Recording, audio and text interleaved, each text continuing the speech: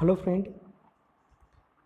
today we will see numericals on steady flow energy equation. In our previous lecture we have seen numericals on turbine.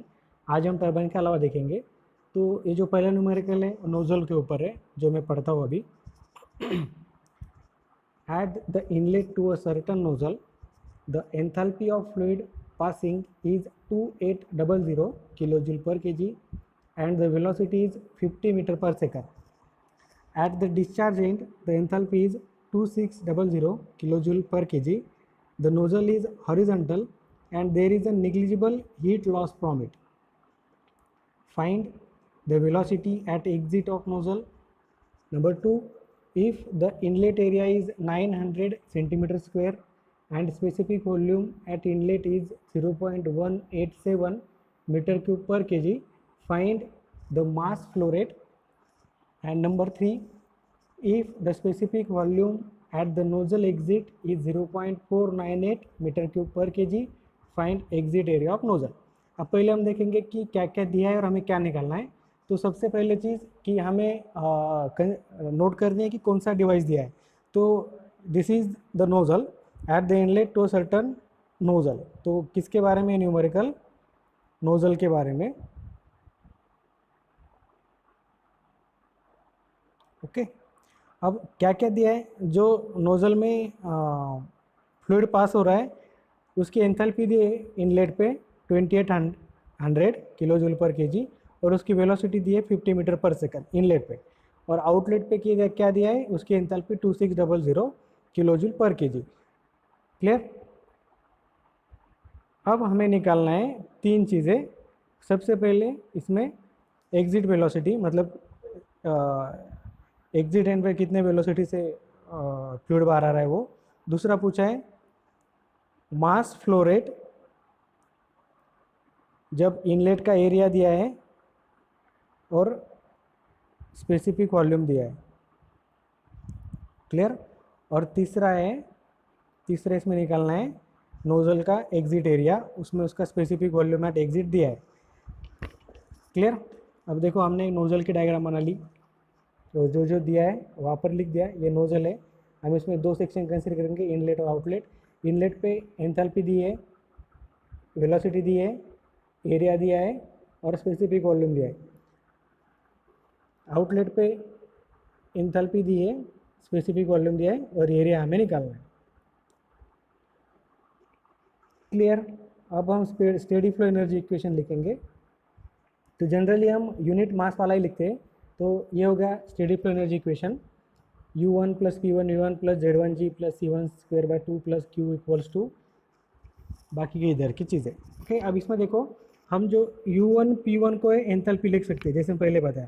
तो इसको यहाँ पर मैं H1 लिख रहा हूँ और U2 P2 भी को एंथैल्पी लिख सकते हैं। तो मतलब ये भी स्टेडी फ्लो एनर्जी इक्वेशन ही है। ओके तो हमें एंथैल्पी दी इसलिए हमने एंथैल्पी वाला लिया। अगर इंटरनल एनर्जी देते हैं तो हम इंटरनल एनर्जी वाला लेंगे। ठीक है? ओके तो हमने स्टेडी फ्लो एनर्जी इक्वेशन लिखा H1 plus C1 square by 2 plus GZ1 plus Q equals to H2 plus C2 square by 2 plus GZ2 plus W। अब इसको हमें नोज़ल के लिए स्पेसिफाई करना है। अब आप बताएं नोज़ल क्या है? नोज़ल एक सिंपल एक डिवाइस है जो जिसका कम होता हुआ क्रॉस सेक्शन प्रेशर एनर्जी को काइनेटिक एनर्जी में कन्वर्ट करता है। उसके लिए ना ही हम उसे वर्क सप्लाई करते हैं और ना ही वो हमें वर्क देता है। So basically nozzle is neither work producing device nor consuming device. Nozzle का और वर्क का कुछ लेना देना नहीं है, तो वर्क क्या आएगा? ज़ीरो। ओके नोजल से हीट बाहर जाती नहीं है, इंसुलेटेड रहता है, तो इसीलिए क्यू भी हमने ज़ीरो दिया है। अगर कभी कभी इंसुलेटेड नहीं तो क्यू हमें दिया जाएगा। जब क्यू देंगे तो हम उसे निगेटिव लेंगे क्योंकि वो बाहर जा रहा है। लेकिन इस केस में क्यू दिया नहीं है तो हम अज्यूम करेंगे कि वो इंसुलेटेड है, तो क्यू ज़ीरो आएगा। और नोजल हॉरिजॉन्टल है तो Z1 और Z2 सेम आएंगे। ओके तब अब हमारा इक्वेशन क्या होगा?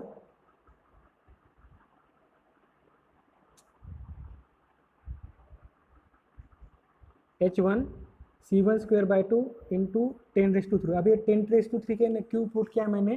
क्योंकि ये जो C1 स्क्वायर बाय 2 का जो यूनिट है वो आता है जूल पर केजी। हमें किलो जूल में चाहिए, तो इसीलिए हमने उसको 1000 से डिवाइड कर दिया है। Okay, similarly S2 plus C2 square by 2 into 10⁻³ okay. अब हमें निकालना है C2, तो C2 को हम अलग रखेंगे, बाकी चीज़ C2 को हम इधर रहने देंगे और S2 को इधर भेजेंगे। तो ये क्या हुआ, S1 माइनस S2 प्लस ये as it is C1 square by 2 into 10⁻³ अब हमने क्या किया, उसकी जो वैल्यू दी वो पुट की। ओके, तो हमें मिला C2 square by 2 into 10⁻³ 201.25। Simplify करने के बाद C2 मिलेगा हमें 634.4 मीटर पर सेकंड। समझ में आ गया। अब आप कंपेयर कर सकते हैं, इनलेट में वेलोसिटी 50 है 50 और आउटलेट पे कितनी दे रही है 634, मतलब कितना ज़्यादा वेलोसिटी वो बढ़ाता है। इससे आपको ध्यान में आ सकता है कि इनलेट में जिसकी वेलोसिटी 50 थी, आउटलेट में वो 634 हो गई। ओके, अब हम अगला देखेंगे जो सेकंड नंबर का था। हमें निकालना है मास फ्लो रेट। हमें कंटिन्यूटी इक्वेशन मालूम है जो पिछले लेक्चर में हमने देखा, m equals to A1C1 upon V1। Okay, अब इसमें एरिया दिया है 900 सेंटीमीटर स्क्वायर, हमने उसको 10⁻⁻4 से मल्टीप्लाई करके मीटर स्क्वायर में कन्वर्ट कर लिया। C1 दिया है 50 इनलेट पे और स्पेसिफिक वॉल्यूम भी दिया है। तो अगर ये कैलकुलेट करेंगे तो मास कितना आएगा 24.06। ये हो गया हमारा सेकंड सब क्वेश्चन का आंसर। क्लियर। अब हमें तीसरे में निकालना है एग्जिट एरिया। तो उसके लिए फिर से हम कंटिन्यूटी इक्वेशन यूज़ करेंगे। हमें मालूम है मास इक्वल्स टू, मास तो कांस्टेंट रहता है क्योंकि हमारा अजम्पशन नहीं है कि जितना मास अंदर आएगा उतना ही मास बाहर जाएगा। मतलब m को हम लिख सकते हैं A1C1 अपॉन V1 और M2C2 V2। तो एग्जिट के लिए तो हमें एग्जिट के टर्म यूज़ करेंगे A2C2 V2। एग्जिट का एरिया हमें निकालना है। मास अभी हमने ऊपर निकाला, मास तो बदलने वाला है नहीं।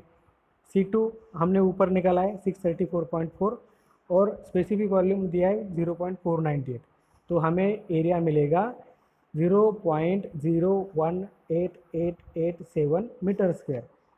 सेंटीमीटर स्क्वायर में कन्वर्ट करने के बाद 188.87 सेंटीमीटर स्क्वायर। समझ में आ गया। बहुत सिंपल था। आपको फिर से मैं थोड़ा सा रिवाइज करता हूँ कि ये न्यूमेरिकल था जिसमें हमें 3 चीज़ें निकालनी थी, एग्जिट की वेलोसिटी, मास फ्लो रेट और एग्जिट का एरिया। तो एग्जिट की वेलोसिटी हमने निकाली स्टेडी फ्लो एनर्जी इक्वेशन के ऊपर से, सब कुछ दिया हुआ था, सिर्फ कैलकुलेशन किया, हमें वेलोसिटी मिली। बाद में हमने कंटिन्यूटी इक्वेशन यूज़ करके मास फ्लो रेट निकाला और वही मास फ्लो रेट यूज़ करके हमने एग्जिट एरिया निकाला। तो हमें सिर्फ 2 ही फार्मूले यहाँ पर लगे, एक स्टेडी फ्लो एनर्जी इक्वेशन वाला ये वाला फार्मूला और एक ये मास वाला फार्मूला। मास वाला फार्मूला एक कंटिन्यूटी इक्वेशन बोलते हैं। तो 2 फार्मूले हमने यहाँ पर यूज़ किए। ओके, अब मैं नेक्स्ट न्यूमेरिकल लेता हूँ। In a test of water-cooled air compressor, it is found that the shaft work required to drive the compressor is 175 kJ per kg of air delivered and enthalpy of air leaving is 70 kJ per kg greater than that the entering, and that the increase in enthalpy of circulating water is 92 kJ per kg. Compute the amount of heat transferred to the atmosphere from the compressor per kg of air. Okay, अब सबसे important चीज़ क्या है कि हमें देखना है कि कौन सा डिवाइस दिया है। तो इस पहले लाइन में पता चल जाता है, in a test of water cooled air compressor, मतलब हमारे पास एयर कंप्रेसर है। अब ये वाटर कूल्ड भी इंपॉर्टेंट वर्ड है क्योंकि उसके बारे में हमें नीचे निकालना है। वाटर कूल्ड बोले तो हम कूलिंग वाटर सर्कुलेट करेंगे उसको कूल करने के लिए, मतलब उसके अंदर की हीट लेने के लिए। So it is found that shaft work required to drive, मतलब कितना वर्क लग रहा है उस कंप्रेसर को रन करने के लिए 175 किलोजूल पर केजी। ओके, और दूसरी चीज़ क्या दिया है, enthalpy of air leaving is 70 kilojoule per kg greater than the entering, मतलब जितने एंथैल्पी अंदर आई थी उससे 70 किलोजूल पर केजी एंथैल्पी ज़्यादा एग्जिट में बाहर जाएगी। ओके, और कूलिंग वाटर को उसने कितना हीट रिजेक्ट किया है, 92 किलो जूल पर केजी। ओके, अब देखो यहाँ पर कंप्रेसर का मैंने लाइन डायग्राम निकाला, सेक्शन 1 सेक्शन 2। हमें क्या दिया है कि जो बाहर जा रही है एंथैल्पी ये 70 से ज़्यादा है, किससे, अंदर आ रहे हैं एंथैल्पी से, H1 से, तो मतलब H2 माइनस H1 70, जो यहाँ पर लिखा है। कूलिंग वाटर को कितना हीट रिजेक्ट हुआ, 92 किलो जूल पर केजी, और कितना वर्क डन हमें लग रहा है, 175 किलो जूल पर केजी। अब हम हमारा general steady flow energy equation लिख लेंगे, H1 C1 square by 2 into 10⁻³ plus GZ1 plus Q। Similarly दूसरा, अब इसको हमें मॉडिफाई करना है कंप्रेसर के लिए। तो यहाँ पर वेलोसिटी के बारे में कुछ दिया नहीं है, अब कुछ दिया नहीं तो हम निकाल भी नहीं सकते, तो हम अज्यूम करेंगे कि पोटेंशियल काइनेटिक एनर्जी दोनों साइड पे सेम ही है। Okay, we will neglect kinetic energy. और Z1 और Z2 के बारे में दिया नहीं है, तो हम अज्यूम करेंगे कंप्रेसर हॉरिजॉन्टल है और Z1 Z2 सेम है। क्लियर, तो Z1 Z2 C1 C2 equation से निकल जाएंगे।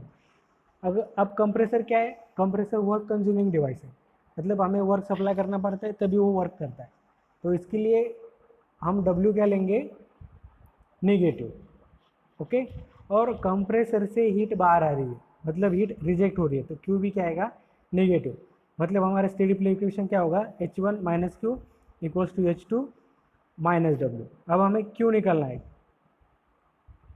ओके, जितनी भी हीट कंप्रेसर से रिजेक्ट होगी, ओके, तो वो पूरी की पूरी वो वाटर नहीं ले पाएगा, कुछ हीट वाटर एब्जॉर्ब कर लेगा, बची हुई हीट एटमॉस्फेयर में डिजॉल्व हो जाएगी, बराबर। तो हमें क्यू निकालना है, वो आगे का पार्ट है।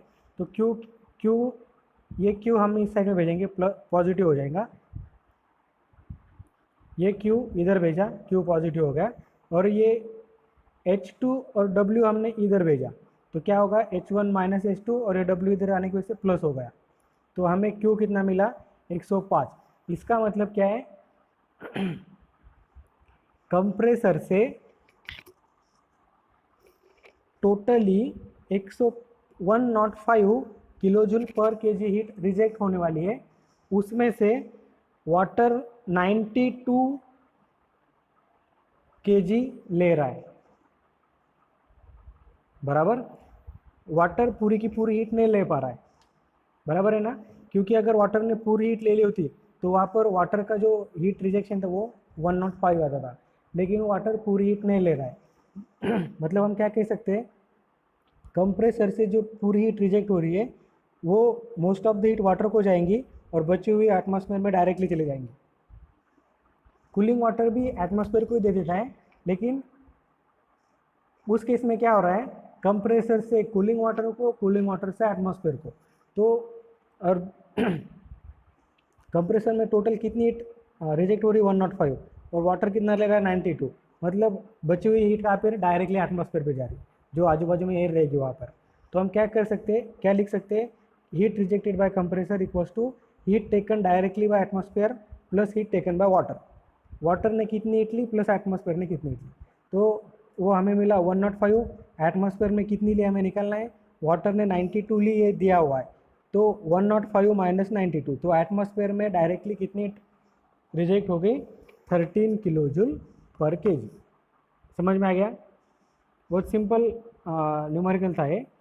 तो ऐसे ही न्यूमेरिकल आपको एग्जाम में आएंगे, इसके अलावा कुछ भी नहीं आएगा। मैं तो कहता हूँ ये नीचे का पार्ट पूछेंगे नहीं, मतलब ऊपर तक ही पूछ सकते हैं, नीचे का पूछा तो भी थोड़ा लॉजिकल रहता, आप निकाल सकते हो। क्लियर, तो ये रहा कंप्रेसर का न्यूमेरिकल। कंप्रेसर में W और Q दोनों नेगेटिव रहते हैं। यहाँ पर पोटेंशियल, सर इंपॉर्टेंट चीज़ क्या थी, पोटेंशियल और काइनेटिक एनर्जी के बारे में कुछ दिया नहीं था, जो दिया नहीं रहता है आप उसे अज्यूम करो कि वो नेग्लेक्ट कर सकते हैं, बराबर। क्योंकि अब Z1 Z2 हम तो निकाल ही नहीं सकते ना जब तक वो देंगे नहीं, तो हम अज्यूम करेंगे हॉरिजॉन्टल है, Z1 इक्वल्स टू Z2, और काइनेटिक एनर्जी मतलब वेलोसिटी दी नहीं है, वो कैसे निकालेंगे, तो हम अज्यूम करेंगे कि C1 और C2 सेम है, तो वो C1 C2 Z1 Z2 equation से चले गए, तो बचे सिर्फ एंथैल्पी। ओके, तो इस तरीके से हमने वहाँ पे कितनी हीट कंप्रेसर ने टोटली रिजेक्ट की वो निकाला, और उसमें से वाटर ने कितनी ली और बची हुई एटमॉस्फेयर को कितनी की ये निकाला। क्लियर? तो ये था आज हमने दो न्यूमेरिकल ले, एक नोजल के ऊपर, एक कंप्रेसर के ऊपर। क्लियर? नोजल में W0 आता है, Q0 रहता है, और कंप्रेसर में W नेगेटिव रहता है, Q नेगेटिव रहता है। क्लियर? और भी न्यूमेरिकल है जो मैं अगले पार्ट्स में कर दूंगा, और हम न्यूमेरिकल कंक्लूड कर देंगे। आप ज़्यादा से ज़्यादा न्यूमेरिकल की घर पे प्रैक्टिस करो। अगर आपको कुछ डिफ़िकल्टी आती है तो आप मुझे कभी भी अप्रोच कर सकते हो। आप व्हाट्सएप पे मैसेज भेजो या कॉल करो, मैं आपको डिफ़िकल्टी दूर करूँगा, क्योंकि ज़्यादा से ज़्यादा न्यूमेरिकल आपको प्रैक्टिस करने हैं। सब तो हम एक क्लास में नहीं ले सकते। ठीक है? तो न्यूमेरिकल के ऊपर कल और एक हमारा लेक्चर होगा, और उसके बाद में हम एक थ्योरी बिट बचा है और ये चैप्टर खत्म हो जाएगा। Okay, thank you.